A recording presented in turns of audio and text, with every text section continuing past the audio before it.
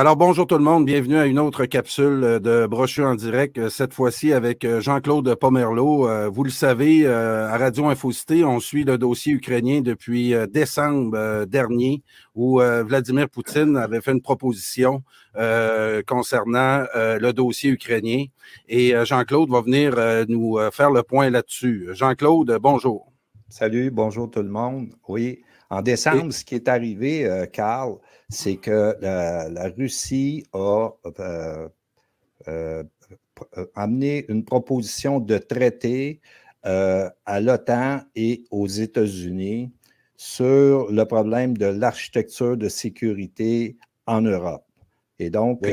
La proposition, c'était que les membres de l'OTAN qui se sont ajoutés depuis 1997 arrivaient à la frontière en contact direct avec la frontière russe. Et pour la Russie, il n'était pas question d'avoir une puissance hostile à sa frontière. Et puis, pourquoi? Parce que c'est la géographie qui explique ça. Si on regarde une carte, la Russie, c'est pratiquement un demi-continent. C'est des frontières de milliers de kilomètres et que donc, ils ne peuvent pas se permettre d'avoir une puissance hostile immédiatement à cette frontière-là parce que pour se défendre, il faudrait qu'ils mobilisent à peu près toute la population sur le long de ces lignes-là. Donc, leur doctrine de défense vient de la géographie. Peu importe qui sera au pouvoir, il y aurait cette préoccupation-là. Et donc, la proposition de traité à l'OTAN et aux États-Unis, c'était d'éloigner les menaces, les membres de l'OTAN, et puis surtout pas d'avoir l'Ukraine comme base offensive contre la Russie, une base de l'OTAN, et avec des missiles qui seraient à portée de, mettons, à 5 à 7 minutes de Moscou. Et puis voilà, ça, c'est une impossibilité. C'est perçu par la Russie comme un risque existentiel. Donc, les deux textes ont été publiés au milieu de décembre. Et puis, ils n'ont pas été, on n'a pas dans les médias occidentaux, aucun que j'ai vu, qui donnait le lien pour que les gens puissent aller lire la proposition de traité. Aucun. Essentiellement, Jean-Claude, tu nous avais résumé que Poutine mettait là, 2 lignes rouges. C'était de démilitariser l'Ukraine et de faire en sorte qu'elle ne soit jamais membre de l'OTAN. Et aussi d'enlever les rampes de missiles là, que tu nous as expliquées. Donc, oui, là, tu as attiré notre attention là-dessus et la suite.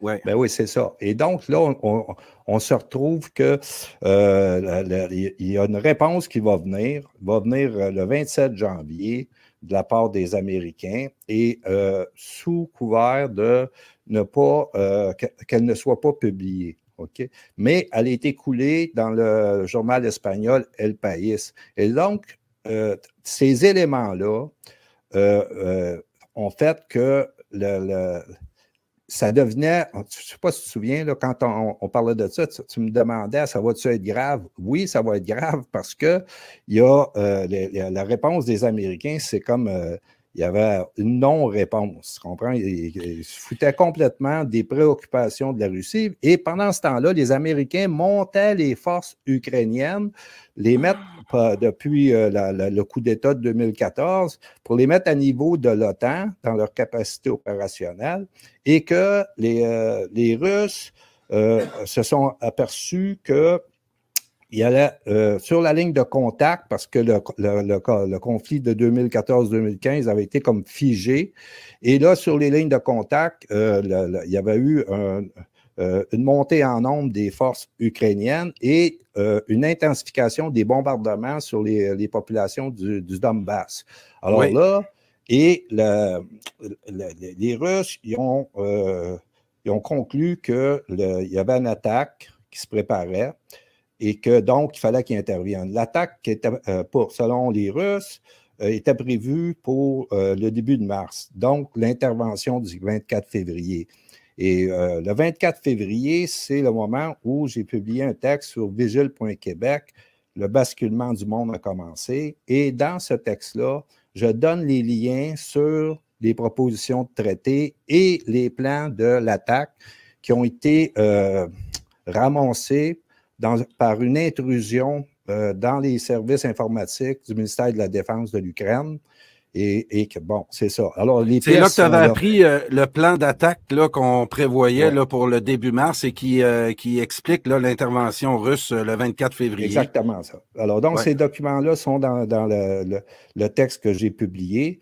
Et puis, par après, on apprend qu'il y avait une trentaine de laboratoires développant des armes biochimiques avec des stratégies de vecteurs par oiseaux migrateurs ou autres pour finalement visant la Russie. OK? Alors, donc, tout ça fait en sorte que la Russie, et puis ça, était forcée d'intervenir. OK? Oui. Et puis ça, c'était le plan américain. C'est-à-dire que forcer la Russie de rentrer pour entraîner les pays européens dans une guerre économique avec la Russie. Et pour les Américains, c'était une stratégie qui allait être profitable parce qu'ils allaient, premièrement, vendre des armes. Oui. Puis on a vu qu'avec les sanctions sur l'énergie, le gaz, le pétrole, etc., les Américains vendent du gaz. Et puis là, on est dans une situation sur le développement de ça. C'est que les Américains ont une stratégie avec une enveloppe budgétaire de près de 400 milliards pour attirer les entreprises européennes qui, là, se trouvent en difficulté à cause du coût de l'énergie élevé, etc. Alors donc, là, eux autres sont gagnants là, à court terme. Maintenant, le conflit s'est développé. Et puis, pour comprendre comment il s'est développé, on l'avait parlé dans la dernière capsule, c'est qu'il y a deux doctrines militaires qui se confrontent sur le théâtre européen. C'est-à-dire, les Ukrainiens, eux, c'est le Blitzkrieg. C'est avec l'appui de l'OTAN, ils ont monté des forces et il faut comprendre que la ligne de front, c'est comme 1000 kilomètres. Alors là-dessus, ils ont réussi à identifier des points faibles de cette ligne-là. Et là, ils ont arrivé avec un surnombre de forces. Et puis, ils ont réussi à faire reculer les Russes au nord, est, et puis à Kherson, la région au complet. Il y a 2 semaines, là, où là, on a parlé d'une avancée spectaculaire de l'armée ukrainienne. C'est ça, exactement. Mais là, ça a fait réagir les commentateurs de plateau.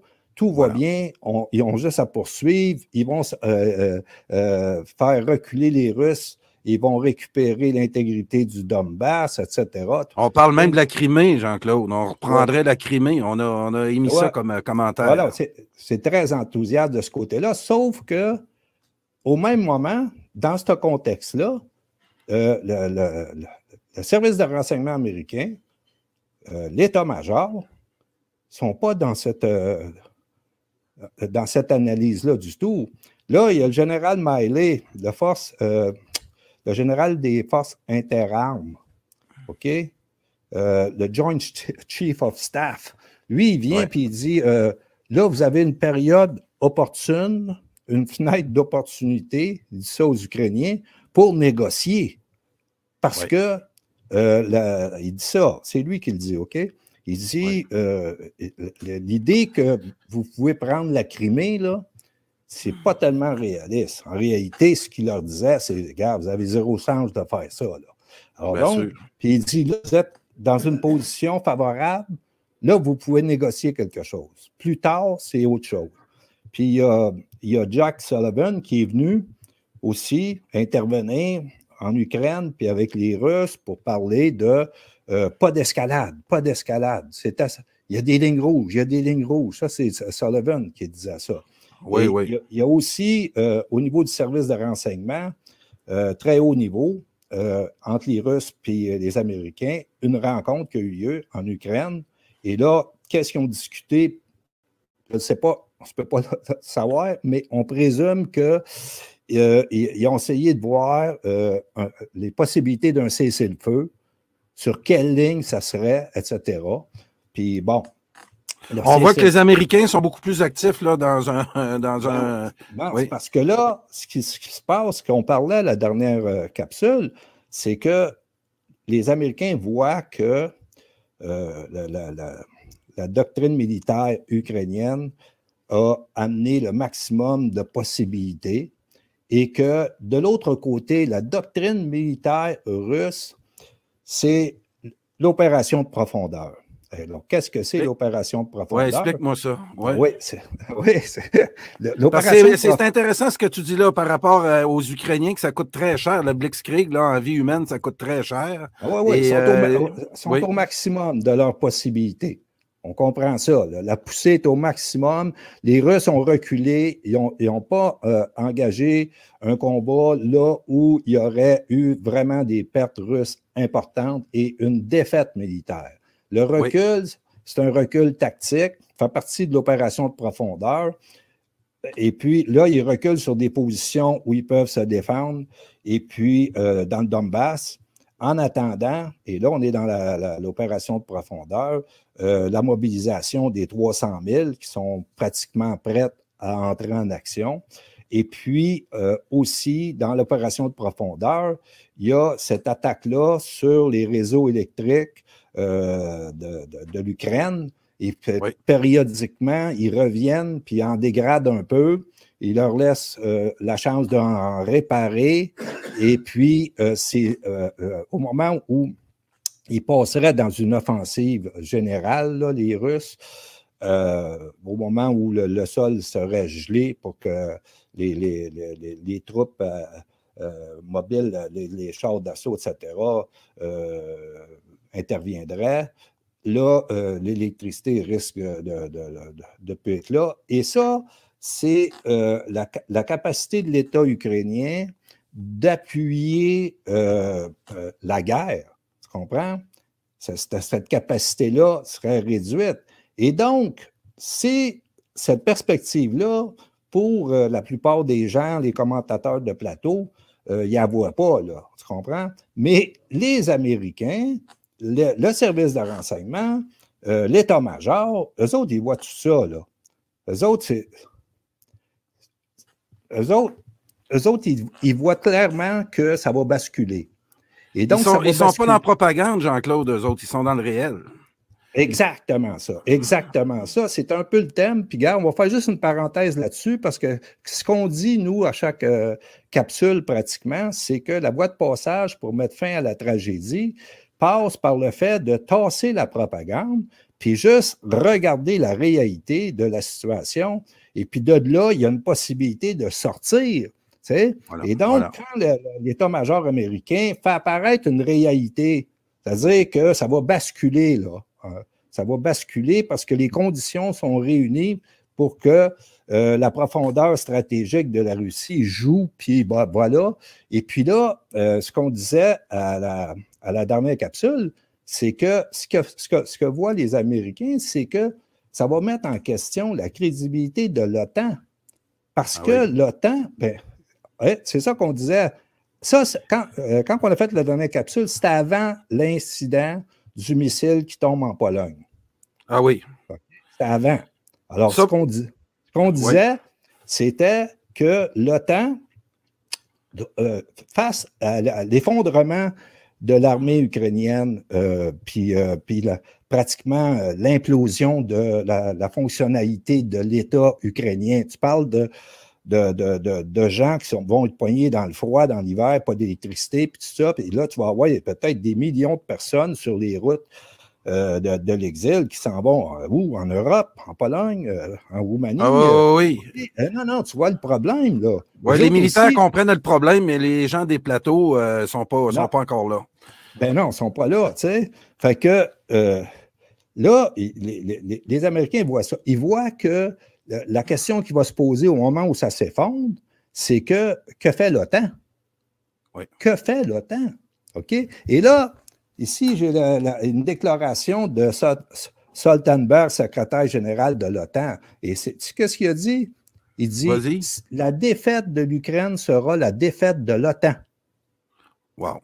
Ah oui. Okay? Et donc, dans la dernière capsule, ce qu'on disait, c'est la crédibilité de l'OTAN qui s'en vient. Eux autres, ils le perçoivent très bien, là, les Américains. Fait que c'est pour ça qu'ils poussent pour une négociation. Mais Zelensky ne veut rien savoir de la négociation pour toutes sortes de raisons qu'on peut parler plus tard. Mais bref, là, on est proche du point de bascule et au moment où ça pousse pour les négociations. Puis arrive le fameux incident du missile. Alors, oui. OK. Pourquoi c'est significatif cet événement-là, Jean-Claude? Ça révèle des choses. Vas-y. Ben oui, parce que là, regarde, ça, là, c'est un missile qui frappe un pays membre de l'OTAN. Il tue 2 personnes. Et donc, dans l'immédiat, ce que ça veut dire, c'est l'article 5. Si le missile est une attaque, c'est un missile russe qui a frappé un pays de l'OTAN, l'article 5 de l'OTAN, ce que ça dit, c'est que si un pays est attaqué, c'est comme si tous les pays étaient attaqués, et là, la guerre... tu comprends? Oui. Et okay. Là, tu m'avais noté qu'on avait sorti l'article 4 plutôt que 5, parce qu'on ne voulait pas le 5. Oui, même que... Oui, c'est ça. C'est parce que tu parlais de propagande et de réalité. L'article 5 ramène de la réalité.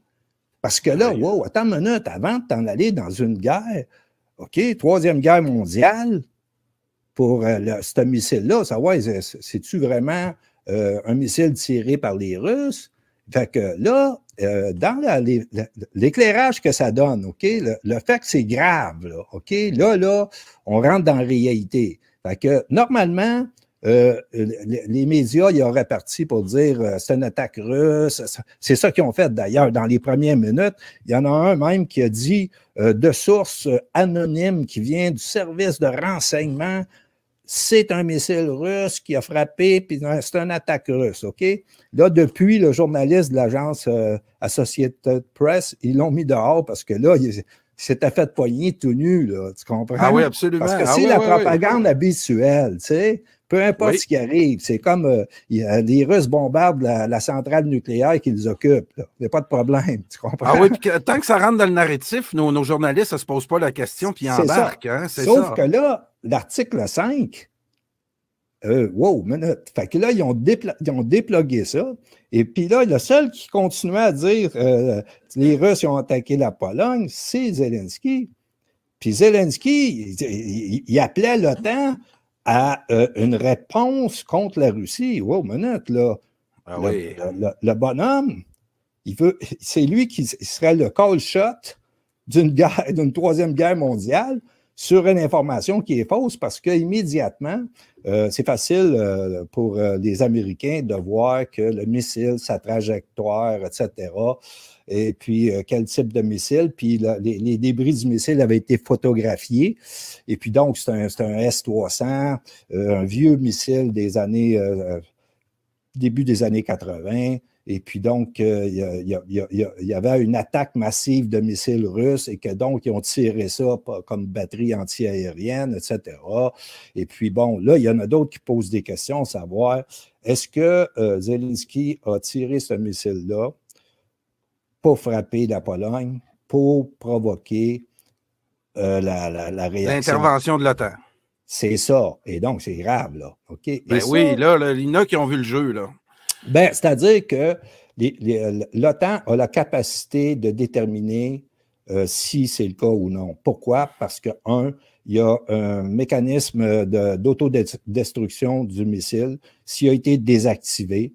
L'autre chose, c'est la trajectoire parce que le missile part dans une direction contraire des missiles russes qui arrivent. C'est ça.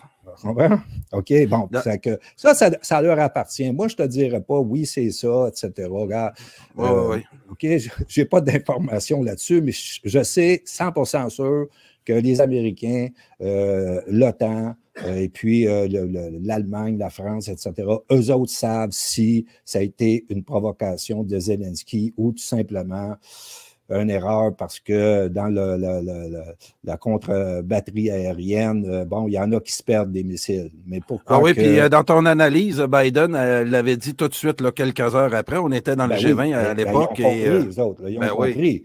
c'est qu'il y a un journaliste qui aborde Biden dans les heures qui suivent, puis il dit Zelensky vient de dire que la Russie a attaqué la Pologne. Lui, il dit c'est pas les éléments, les évidences qu'on a. Voilà. C'est le contraire. Il a dit oui. Nous autres, on a des évidences qui disent le contraire. Tu comprends? Ça fait que Cloud, mais lui, il continuait pendant 2 jours. Puis là, sur les plateaux, là, il disait ouais, mais là, Zelensky est en train de perdre sa crédibilité. Ben oui, regarde, depuis le début, des attaques sur faux drapeau, il y en a sorti, puis regarde, vous les avez toutes mangées. Là, oui.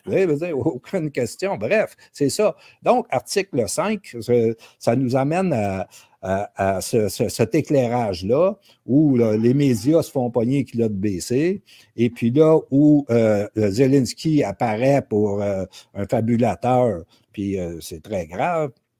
Et puis donc, comment tu sors de là?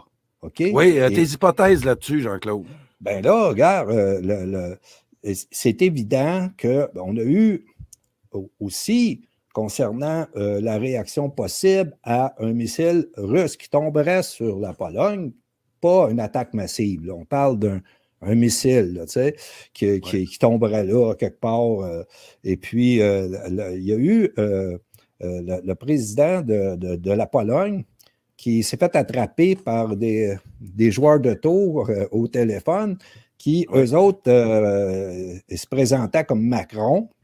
Oui. Et puis que l'autre, il répond, lui, il pense qu'il parle à Macron, président français, puis il dit on ne veut surtout pas de guerre avec la Russie. C'est ce que la Pologne a dit dans le tour de téléphone. Oui, puis là, c'est ça, c'est le président polonais qui parle à Macron. Okay? C'est comme si on était en train d'écouter leur conversation, OK? Oui. Et qui dit je te garantis. J'en veux surtout pas de guerre. Donc, tu vois que l'OTAN est pris dans une situation où ils vont avoir à faire un choix, puis c'est un choix difficile, parce que quand l'Ukraine, dans 1 mois, 2 mois, l'hiver va avoir joué, les troupes russes vont avoir entré, et là, c'est jusqu'où qu'ils vont aller. Et là, le vice-président de la Douma, qui est le Parlement russe, qui était en entrevue avec un plateau français. M. Tolstoï. M. Tolstoï, il leur a dit, il dit, regarde, la Russie est attaquée. Les dernières fois que la Russie est attaquée par Napoléon, ça a fini à Paris. Par Hitler, ça a fini à Berlin. Il dit, là, ça va finir à Kiev ou à Kiev. Tu comprends? Voilà. Là, puis on va aller vous parler au concert de la Pologne pour vous expliquer qu'est-ce qui se passe. Ah oui, il nous a donné une douche de réalité, M. Tolstoï. Ben là, c'est ça. Et là, il y a quelque chose qui est remarquable là-dedans parce que la porte-parole russe des affaires extérieures aussi a eu accès à des micros. Fait que là, ça en fait 2 qui parlent très clairement de la réalité, qui ont accès aux micros. Okay? Oui. Donc, là, il y a comme une craque de lumière qui apparaît.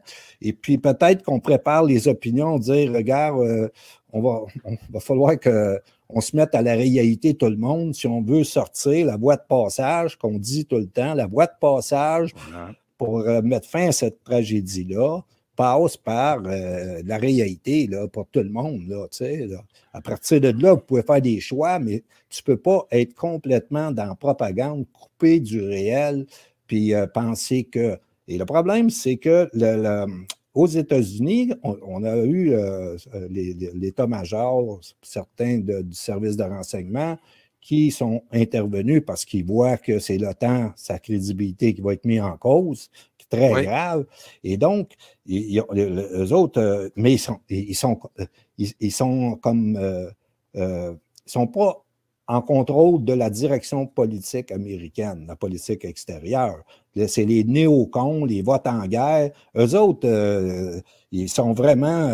eux autres, ils achètent leur propre propagande, tu comprends? Voilà. Sont pas dans la réalité. Là. Eux autres, ils pensent que, gars, on réussit, on vend le gaz 4 fois le prix à l'Europe, on lui vend à l'autre, à l'Allemagne, une enveloppe de 100 milliards pour acheter des armes, mais uniquement américaines, pas françaises. OK? Et on va soutirer leur base industrielle et leurs clients en même temps. Tu comprends? Ah oui, ah oui. Avec cette enveloppe-là aux États-Unis budgétaire de près de 400 milliards pour des incitatifs pour que les entreprises viennent s'installer là dans le cadre d'une supposée politique verte. OK? Donc, c'est ça. Fait que là, la réaction, c'est que pour les Européens, là, ils commencent eux autres aussi à faire apparaître de la réalité. C'est que là, on a plusieurs qui sortent pour dire c'est-tu nos amis finalement? Ils profitent de notre malheur. On est au sacrifice parce que la guerre économique, c'est les effets négatifs de ça. C'est les pays européens qui subissent ça. Et eux, ils en profitent. Tu comprends? Ton ami qui profite de ton malheur. Jean-Claude, puis tu es un de ceux qui a attiré notre attention sur les industriels allemands qui sont les premiers là, à réaliser ça en Europe. Ben oui, eux autres, ils ont été les premiers à sonner à la cloche, mais là, c'est des diplomates, certains de sources anonymes, mais d'autres qui parlent ouvertement. Voilà. Voici, c'est-tu nos amis finalement? Et là, on voit qu'il y a comme une rupture qui se dessine sur la base d'intérêt. Tu comprends? Oui, une prise de conscience. Ben oui, car, écoute, t'es mon ami, mais tu profites que je suis mal pris pour abuser de moi. Voilà, puis nous, on l'observe là, depuis décembre, Jean-Claude, qu'on regarde cette évolution-là. C'est ça, parce que la question de fond, et on va revenir à l'architecture de sécurité européenne, parce que là, au bout de cette tragédie-là, OK, je ne sais pas à quel moment elle va se terminer. Puis là, on flirte avec un conflit, une troisième guerre mondiale qui est pas de la spéculation de complotistes. Là, ça apparaît sur l'écran radar. Là, OK? Alors donc, là, écoute, là, pourquoi au juste? OK, tu poses la question, tu sais, est-ce que c'était prévisible? Est-ce que c'était évitable au début? Est-ce que quand il y a eu le coup d'État en 2014, puis la guerre au Donbass par l'armée ukrainienne, puis bon, pour faire le nettoyage ethnique des russophones qui habitaient là depuis toujours, OK? Donc, est-ce que ça, c'était évitable? Il y a eu un accord en 2 étapes, l'accord de Minsk, puis ça n'a pas été respecté. Et l'ex-président de l'Ukraine, il dit, nous autres, l'accord, ça nous a servi à gagner du temps pour bâtir nos forces, dans le but de poursuivre le nettoyage ethnique, la conquête complète du Donbass, la région russophone. Bon, c'est ça l'affaire, tu comprends? Et là, ça nous ramène à l'architecture de sécurité. L'architecture de sécurité européenne, donc, européen, pas atlantique. Européen, effectivement. Pas nord-américain. Pas sous influence américaine, oui. C'est ça. Et donc, là, il y a un moment donné où ils vont se poser la question parce que l'article 5, si tu me fais réapparaître l'article 5, mettons que l'Ukraine subit, regarde, c'est terrible, là, tu comprends? La souffrance qu'ils vont subir du fait de ne pas avoir d'électricité pendant l'hiver, puis leur armée qui se fait écraser, parce que là, les Russes vont être en surnombre. C'est juste pour te dire, il va y avoir 5000 pièces d'équipement, 1500 chars d'assaut russes qui vont arriver sur le territoire. Ah oui. OK, donc, ils vont souffrir. Puis là, l'armée du début, l'armée ukrainienne du début, là, est surtout remplacée par des mercenaires étrangers et là-dedans, des membres des forces armées américaines ou allemandes ou polonaises qui ont enlevé leur uniforme pour se mettre comme volontaires. OK? Bon, comprends? Ah oui. Okay? C'est ça, là. OK? Là, écoute, je ne vois pas comment ils vont pouvoir résister à ce qui va venir. Et l'état-major que je disais au début et les services de renseignement américains, ils savent ça aussi, là. Tu comprends? Voilà. Et donc, on va arriver à l'article 5. Et là, les pays européens, la Pologne qui dit on n'en veut pas, puis la Pologne qui est au cœur du jeu de l'offensive américaine, à la frontière de l'Ukraine et qui fournissent le transit des armes, etc.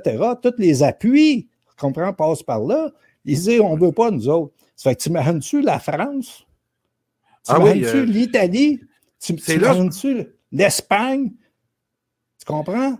C'est là que tu t'attires mon attention sur le crunch qui s'en vient. Là. Il y a exactement ça. Exactement ça. C'était un peu le thème de notre dernière capsule, mais là, avec l'événement du missile, là, il y a un éclairage qui apparaît, puis là, tu comprends? Là, ça devient pas mal plus sérieux parce que là, l'article 5 est apparu sur l'écran radar.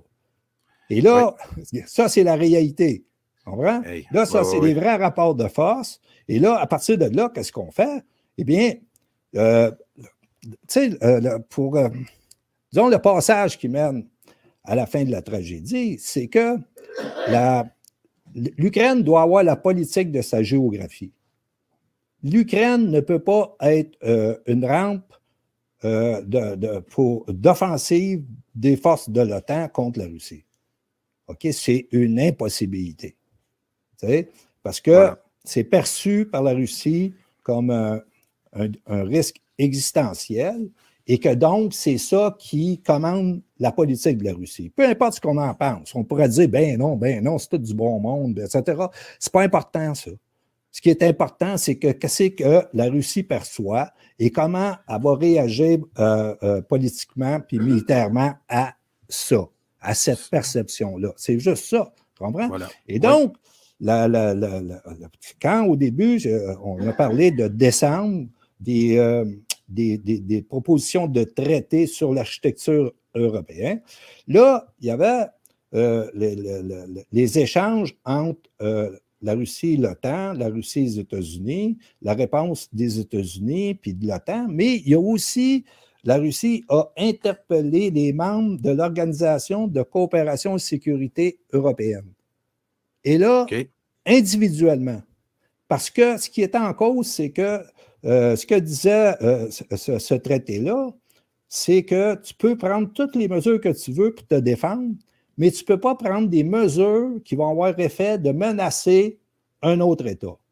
C'est ça, la Russie. Et là, la Russie dit, vous nous menacez. Et donc, individuellement, on aimerait avoir une réponse. Ils n'ont pas eu. Hein?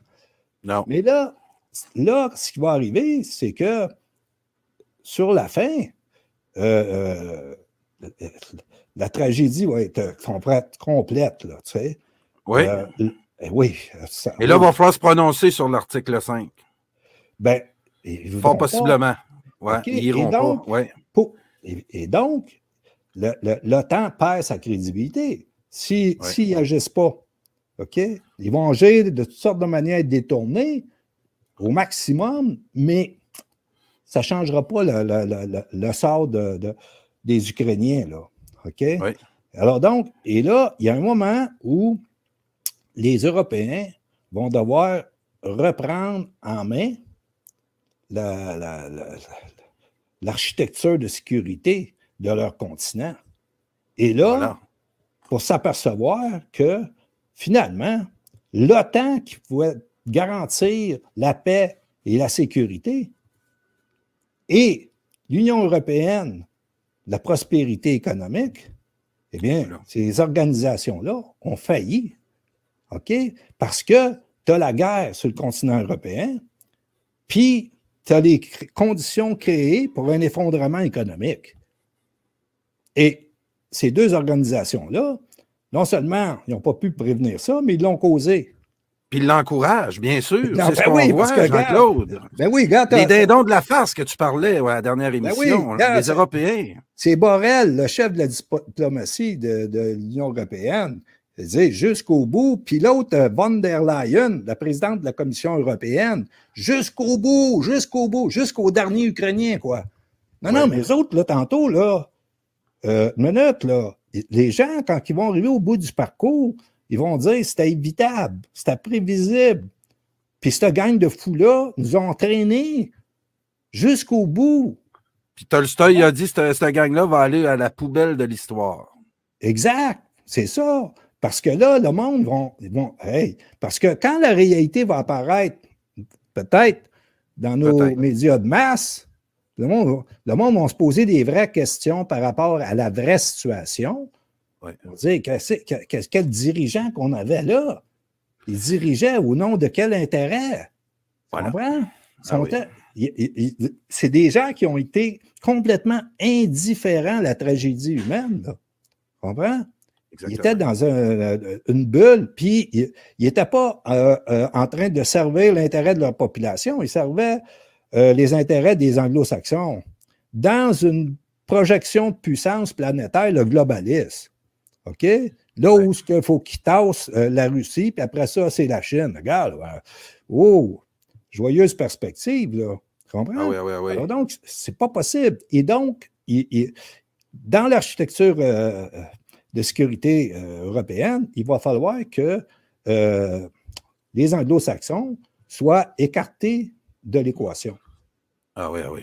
OK? Parce que les Anglo-Saxons, depuis la fin de la Grande Guerre, c'était qu'il fallait garder la Russie loin de l'Europe, OK? Out. Puis l'Allemagne soumise. Et donc, ils sont exactement dans ce scénario-là, avec le conflit qu'ils ont provoqué en Ukraine. Mais il y a un moment donné, ce qu'ils craignent, les Américains, c'est que l'Allemagne, finalement, prenne une posture politique en fonction de ses propres intérêts, qui sont de l'énergie russe, les ressources russes, le marché chinois, etc. C'est ça les intérêts de l'Allemagne. Mais dans une autre capsule un peu plus loin, je vais te dire la difficulté pour les Européens de sortir du piège infernal américain. OK? Que ça ne sera pas facile. OK? Ça ne sera pas facile, mais c'est ça qui pourrait rétablir l'architecture de sécurité en Europe. Et puis, bon, et rétablir leur souveraineté. Ben, ça passe parce que le globalisme s'oppose à la souveraineté des États. Hein. C'est une hégémonie, c'est une domination et ils ne veulent pas avoir des États qui ont une posture souveraine face à eux, comme la Russie, comme la Chine, comme d'autres pays. Et puis donc, c'est ça l'enjeu, parce que ce qui traverse, les deux lignes de force qui traversent le champ politique à l'échelle de la planète, c'est le globalisme et le souverainisme, et non pas la gauche puis la droite, puis tu comprends? Oui. M. Gallis me le disait à l'entrevue que j'ai eue avec lui tantôt, que les Français sont pognés dans ce prisme gauche-droite qui leur empêche d'aborder la réalité, ou en tout cas le brouille en partie. Puis je le constate en ce moment, Jean-Claude, c'est toi qui nous as initié à ça aussi, qu'il va falloir effectivement sortir de la logique gauche-droite et aborder ces questions-là, souverainistes versus mondialistes. Ben, c'est ça. C'est le globalisme, parce que le mondialisme, c'est pas pareil. Le globalisme, c'est une volonté de projeter la puissance dans tous les spectres. Full dominance spectrum. C'est ça OK? La domination dans tous les spectres, militaires, économiques, financiers, culturels, etc., à l'échelle de la planète. Puis des parades de transgenres partout. OK? Et c'est ça le test. Quand ils avancent avec ça, là, derrière, c'est le globalisme qui s'en vient, etc. Et donc, c'est un marqueur de cette confrontation-là au point de vue culturel. Tu sais. Bref, pour dire, pour terminer, tout va nous ramener à l'architecture de sécurité européenne et les textes qui ont été produits par la proposition de traité de la Russie à l'OTAN, et aux Américains. Oui. Bon, mais regarde, moi, j'ai mis les liens sur le texte du 24 février sur vigile.québec. Le basculement du monde a commencé. J'ai mis les liens, mais à un moment donné, le monde va falloir qu'il fasse apparaître ces propositions de traité-là à l'écran pour comprendre la réalité. Tu comprends la réalité. Mais du début, la Russie a été perçue comme une non-entité politique. C'est plus que de la cancel culture, c'est de la cancel État. Ils n'existent pas. Ils n'ont pas d'intérêt. Ça ne nous intéresse pas. Puis on va leur imposer. Puis, gars, Allez. Ah oui, oui. Ah oui, oui. C'est oui. ça. Or, ils vont, dans la réalité, ils existent et ils vont s'imposer. Puis la question qui va se poser pour l'Europe, et surtout pour les pays comme la France, jusqu'à où ils peuvent se sacrifier pour se soumettre aux intérêts anglo-saxons au détriment de leur propre intérêt. Jusqu'où, tu comprends? Et donc, on a dans l'État incrusté un peu partout des Young American Leaders. Tu comprends? Oui, c'est ça. Oui. Alors, tu as dit, ça va s'approfondir. Et M. Monod, que tu as reçu, puis que j'ai eu l'occasion de parler un peu, il dit c'est un retour du patriotisme ou la banqueroute, mais probablement la banqueroute pour faire réapparaître le patriotisme. Voilà. En passant, tu as une série d'invités incroyables, je comprends. Tu es devenu international. Écoute, Jean-Claude, merci de tout ça. T'en fais partie. Puis, effectivement, j'ai bien hâte d'entendre la prochaine capsule où on va aborder jusqu'à où est prêt à aller ces dirigeants européens. Là. Comment on va réussir à sortir des brumes de cette guerre-là. Merci, Jean-Claude. Vas-y pour terminer. Ben oui, c'est ça, oui, parce qu'on va essayer de mesurer la difficulté, parce qu'il ne suffirait pas qu'un politicien dise, bon, ben, gars, l'OTAN, nous, on n'est plus membre de l'OTAN, nous, l'Union européenne, etc. Non, parce que, je vais vous donner un indice, c'est que le contrôle monétaire, puis c'est Mme Bugeaud, tu sais, que tu as reçu, là, OK? Oui. Et puis, ouais, c'est ça. Et donc, le contrôle monétaire, le contrôle, juste pour te dire, en Grèce, quand il y a eu la crise financière de 2008, puis le monde, ils ont commencé à bouger un peu, les guichets étaient fermés, les guichets bancaires. Ah oui. Ils se sont mis à genoux vite. Ils contrôlent ton argent. Et ça, ils ne l'ont pas sorti encore, mais ils l'ont en réserve. Non, ça, c'est ultimement, puis je vais te donner les sources exactes de ça dans une prochaine capsule quand on va s'approcher du crunch. Parfait, Jean-Claude. Merci beaucoup, puis j'ai déjà hâte à la prochaine. Merci. OK, salut. Et il y a des citoyens qui en ont profité pour venir signifier au gouvernement là, que ce qui s'est passé le 3 octobre, ça n'a pas de bon sens. On a connu des distorsions comme jamais avec le mode de scrutin qu'il faut absolument réformer. Si les gens n'ont pas confiance dans leurs institutions, si les gens n'ont pas confiance dans leurs dirigeants politiques, il y a un gros problème pour faire fonctionner une démocratie. C'est en prenant le temps de débattre et d'arriver à des consensus qu'on va pouvoir créer une nation forte qui nous ressemble. Et puis on veut simplement se faire entendre auprès de nos députés, se faire adéquatement représenter à l'Assemblée nationale. Nous, on est venu, évidemment, leur dire qu'on est totalement d'accord avec ça et qu'il faut corriger. Et c'est par la réforme du mode de scrutin qu'on va y arriver. La pluralité des voix, c'est bon pour la démocratie, c'est bon pour les débats. Il faut que tout le monde puisse se reconnaître à l'Assemblée nationale. Si on veut véritablement là, faire confiance à la démocratie québécoise, il faut être exemplaire. Il faut que chaque voix compte. Et ça n'a jamais été aussi éclatant comme vérité. Vous pouvez compter sur nous et merci à vous d'être mobilisés. On est capable de grandes choses, puis on va y arriver. Il y a une autre manifestation qui commence dans quelques minutes. Celle-là, c'est pour rejeter l'obligation du serment au roi.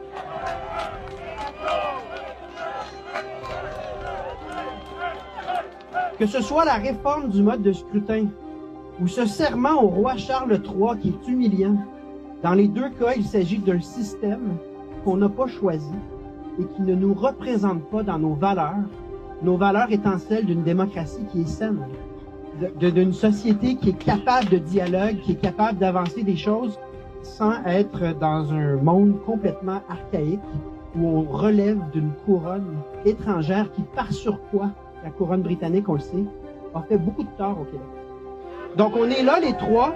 Je suis avec Pascal et avec Joël. On est trois, pour vous dire, on est trois députés toujours debout.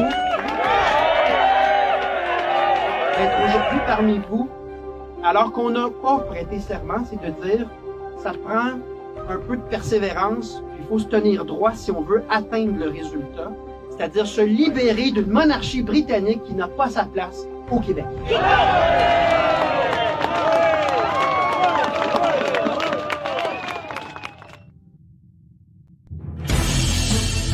Pour tout commentaire, nous vous invitons à nous écrire studio@radioinfocité.com.